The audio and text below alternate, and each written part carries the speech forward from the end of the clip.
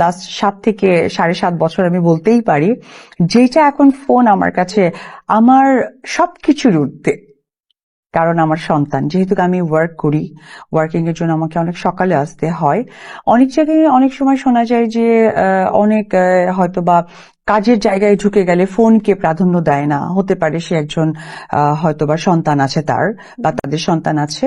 কিন্তু আমার কাছে একদমই তার উল্টোটা। আমার কাছে কাজ খুবই স্বাভাবিক ব্যাপার, সেটা আমি করে আসছি, এটা আমার রেগুলার ব্যাপার। কিন্তু আমার কাছে first important and first priority আমার সন্তান। তারপরে আমার কাজের জায়গাটা ভালো মন্দটা আমি পরে দেখতে পারবো। সো ফোন আমার কাছে অনেক বেশি ইম্পর্টেন্ট। যতটুকু সময় পারি আমি ওর টাচে থাকি ফোনের মধ্য দিয়ে, তারপরে তো কাজ শেষে আমি আর ও ছাড়া পৃথিবীতে কেউ নাই। আসলে সুপার মম কেন আপনাকে বলা হয়, তার মধ্যে এটাও একটা উদাহরণ যে সবকিছুর উপরে অপু বিশ্বাস, যিনি মাঝে মাঝে লাইভে চলে আসেন এবং বিভিন্ন সমালোচনার সম্মুখীন হয়ে দাঁড়ান। আজকেও ঠিক আরেকটি নতুন সমালোচনার সম্মুখীন হলেন। আপনার ভিডিও শুরুতে অপু বিশ্বাসের কিছু কথোপকথন শুনলেন। তবে এই কথোপকথন শুনে আপনার কি মনে হচ্ছে? তবে সেটা মনে হওয়ার আগে চলুন আমরা ভিডিওটা ফুললি দেখে আসি। তাহলে অপু বিশ্বাস কি বোঝাতে চাইছেন সেটা আমরা সম্পূর্ণভাবে বুঝতে পারবো। চলুন শুনে আসি। সত্য কথা, কিন্তু যখন আমি বুঝতেই পারবো যে আমি একজন সেলিব্রিটি, আমাকে স্ক্রিনে আসতে হয়, তোমাকে ন্যূনতম সত্য কথাটুকু কিন্তু স্ক্রিনে বলতে হয়। কারণ আমরা যত কিছুই করি না কারণ অভিনয়, অ্যাক্টিং যতটাই আমরা সাজিয়ে স্ক্রিনে প্রেজেন্ট করি, কিন্তু কিছু এই প্রোগ্রাম গুলোর মধ্যে কিন্তু একদম বাস্তব সত্য কথাগুলো কিন্তু শেয়ার করতে হয়। তুমিকে আসলে প্রকাশ করতে এক্স্যাক্টলি। হয়। যেমন হচ্ছে যে আমি যেমন আমার মা বোনদের সাথে, ফ্রেন্ডসদের সাথে যে সত্য গল্পটা করব, এই প্রোগ্রামগুলো কিন্তু সেই প্রোগ্রামই যেখানে আমি দর্শকদের সাথে সত্য কথাগুলো বলবো। কিন্তু আমি যদি চিবিয়ে ইনিয়ে বিনিয়ে তোমাকে মিথ্যে কথাগুলো বলি, তাতে করে হয় কি জানো, মানে ব্যক্তিত্ব নষ্ট হয়, ইন্ডাস্ট্রি তো একদমই জঘন্য হয়ে যায়। এবং তুমি খেয়াল করে দেখবে যে বিগত বছরগুলোতে না এত নোংরামি ইন্ডাস্ট্রিতে ছিল না, যেটা এখন ইদানিং হয়ে গেছে একটা টোটালি নোংরামি। নোংরামি মানে এখন এমন হয়ে গেছে যে তোমাকে নিয়ে আমি বাজে মন্তব্য থেকে শুরু করে ব্যাড ল্যাঙ্গুয়েজ ইউজ করছি, এবং পুরো ফ্যামিলির লোক শুধু তোমাকে ছোট করে কথা বলতেছে। মানে ইন্ডাস্ট্রিটা এমন একটা জায়গায় চলে এসেছে, মানে একটা ছোট একটা জায়গা বিলং করার মতো, যে ঝগড়া ঝাঁটিয়ে আমি ক্যামেরার সামনে ইচ্ছা মতো বলে যাব, হোক সেটা তোমার টিভি পর্দা, হোক সেটা তোমার নিজস্ব ফেসবুক ওয়াল, কিন্তু করে যাব। এতে করে হয় কি ব্যক্তিত্ব জায়গাটা ছোট হয়, কারণ এত কাজ করেছি, এত হিরোইনদেরকে ফেস করেছি, হ্যাঁ এত হিরোইন ফেস করেছি, এত কাজ করেছি, আমার বাপের জন্মে এত নোংরামি দেখিনি যে নোংরামি এখন ফেস করতে হয়। চলো একটু টপিক চেঞ্জ করি, যেহেতু আমরা স্পেশাল মান্থে আছি অ্যান্ড ঈদের আয়োজন, পহেলা বৈশাখ, অ্যানিভার্সারি সবকিছুর একটা মানে নাইস কম্বিনেশন। কিং খানের কাছ থেকে কোনো স্পেশাল গিফট কি ছিল? অনেক তো পার্সোনাল কথা শেয়ার করেছি, কিছু কথা আমার মধ্যেই থাকো। না হয় না যে না ঠিক আছে, আমি শপিং করেছি, এটা আমি স্ক্রিনে বলে দিব, 10 জন জানবে, তখন আবার অন্য কোনো কন্টেন্ট ক্রিয়েশনও হতে পারে। আমি সেই সুযোগটা আর করতে দিতে চাচ্ছি না। তুমি যখন ব্যাচেলর বাজেটও বেড়ে যেতে পারে, হ্যাঁ ব্যাচেলর বাজেটও বেড়ে যেতে পারে, মানে বাজেট বাড়বে কিনা সেটা আমি শিওর না, বাট তখন হবে কি কন্টেন্ট বাড়বে। আমি তোমাকে পার্সোনালি বলে দিব। ঠিক আছে, পার্সোনাল থাকলো। জয়ের জন্য কোনো স্পেশাল গিফট ছিল বাবার পক্ষ থেকে? দেখো স্পেশালের কিছু নেই আমার কাছে, মনে হয় যেহেতু ঈদ একটা আনন্দের জায়গা, প্রত্যেকটা বাবা মা তার সন্তানকে ঘিরেই ঈদের আয়োজনটা তৈরি করে, তো সর্বোচ্চটা দিয়ে চেষ্টা করে। সো এটা ব্যতিক্রম আমরা কেউই না, কারণ বেলা শেষে আমি সাকিব, আমরা বাবা মা, বেলা শেষে ওই বাচ্চার জায়গাটা একটা থেকেই যায়, যত স্ক্রিনে আমরা যাই প্লে করুক না কেন, বা তাকে যে সুন্দর সুন্দর জায়গা থেকেই দেখুক না কেন, but end of the time কিন্তু সেই সন্তান কিন্তু তার বাবাকেই দেখে। সো ওই জায়গা থেকে এটা আসলে একদমই বাবা ছেলে এবং প্যারেন্টসদের কাছ থেকে সন্তানরা বিভিন্ন প্রাপ্তি থাকে, সবটাই তার জন্য। আচ্ছা, খুব রিসেন্টলি আমরা আরেকটা ব্যাপার একটু দেখতে পাচ্ছিলাম, সেটা হচ্ছে কাজী মারুফ, নিশ্চয়ই তুমি চিনো, কাজী হায়াতের ছেলে এবং নায়ক।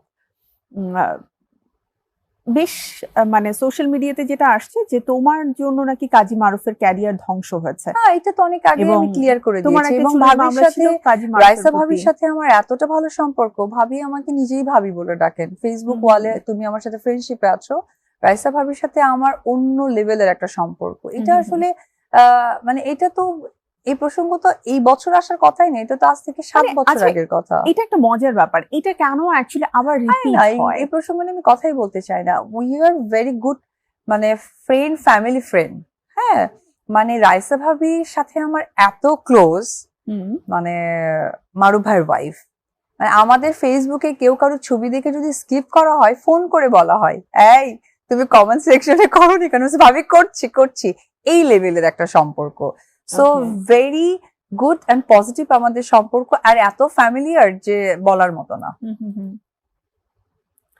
ওকে, সো আরেকটা ব্যাপার একটু জানতে চাই যে বরবাদের টিজার দেখে তোমার কেমন লেগেছে? আমি ফার্স্টে শেয়ার করেছিলাম আমার, যেহেতু আমি সিনেমা চোখ থেকে দেখেছি, আমার একটা বড় একটা সিনেমার পেজ আছে, অপু জয় ফিল্ম প্রোডাকশন, সেখান থেকে আমি ফার্স্টে শেয়ার দিয়েছি কোনো কথা না ভেবে। মানে এত ভালো এত লেগেছে? ভালো লেগেছে। New look? মানে নিউ লুক এটা বলাটা মানে বোকামি হবে, বলবো যে প্রত্যেকবার নিউ লুক কি করে সম্ভব। ওকে, সো আড্ডায় ফিরবো অপু, কিন্তু তার আগে ছোট্ট একটা বিরতি নিয়ে নিচ্ছি। প্রিয় দর্শক, আড্ডা হচ্ছে অনেক মজার কথা, আবার অনেক সিরিয়াস ইস্যুস। এই আড্ডায় আমরা আসলে আবারও ফিরতে চাই, কিন্তু তার আগে নিয়ে নিচ্ছি ছোট্ট একটি বিরতি। সাথেই থাকুন জুই মাল্টিভিটামিন কোকোনাট অয়েল নিবেদিত তারার ঈদে। ফিরছি এখনই বাংলা টিভিতে। চুল পড়া অনেক কমে গেছে, থ্যাংক ইউ মা। স্কোয়ার ইনোভেশন জুই মাল্টিভিটামিন কোকোনাট অয়েল নিয়মিত ব্যবহারে চুল পড়া কমায় ন্যাচারালি। বিরতির পর আবারও আমন্ত্রণ আমাদের আয়োজন জুই মাল্টিভিটামিন কোকোনাট অয়েল নিবেদিত তারার ঈদে। প্রিয় দর্শক, রয়েছে আমার সাথে অপু বিশ্বাস, যার সাথে কথা হচ্ছে আমাদের ঈদের আড্ডা সহ আসলে আমি বলবো সাম্প্রতিক কালের সব বিষয় নিয়ে। বরবাদের কথা তো বলছিলাম, সিনেমার মানে বরবাদের যে সেন্সর এভরিথিং সবকিছু নিয়ে আমরা দেখলাম কাজী মারুফ লাইভেও এসেছিলেন। এটা কি তুমি জানো? হ্যাঁ, আমি দেখেছো? মানে রিজন কি, দেশের বাইরে থেকে হঠাৎ করে আলোচিত বিষয় নিয়ে কথা বলা কি নিজেকে আলোচনায় আনা নাকি সমালোচনা করার? আমি সাকিবের সাথে যতটুকু জানি, ভাইয়ার মানে আমার তো ভাবির সাথে অনেক ভালো ফ্রেন্ডশিপ, সাকিবের আরো ভালো ফ্রেন্ডশিপ তাদের ফুল ফ্যামিলির সাথে। সো এটা আসলে আমার কাছে মনে হয় যে আলোচনায় কেন উনি আসছে, যে উনি নিজেই তো আলোচিত একজন মানুষ।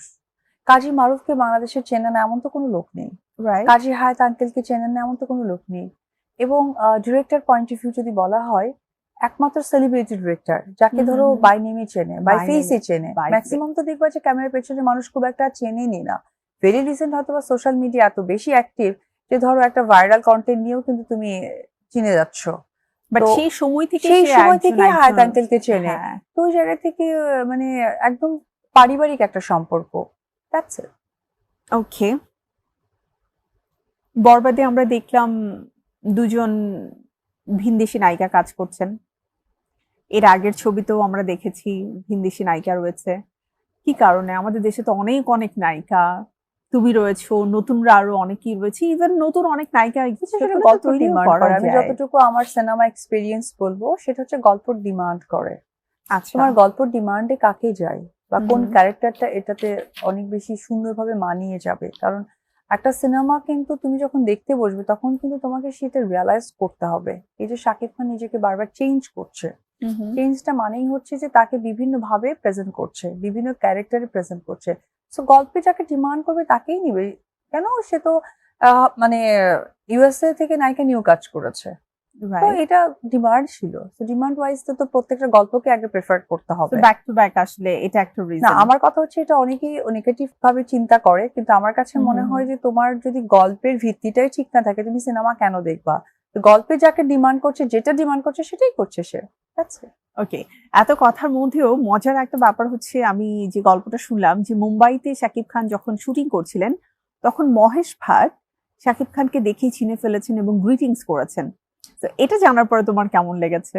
অবশ্যই ভালো লেগেছে, প্রাউড লেগেছে। নিজের মানুষের যখন অনেক ভালো কেউ কিছু বলে তখন ভালো লাগাটা কিরকম হতে পারে মানে ভাষায় বোঝানো যায় না। তবে যদি জানতে চাও বলবো যে ভালো লাগাটা দ্বিগুণ হয়ে গেছে শাকিব খানের প্রতি। আর কার থাকবে? ওকে, সো এবার একটু তোমার নিজের সম্পর্কে এক লাইনে অনেকগুলো প্রশ্ন করব, তুমি এক লাইনে অনেকগুলো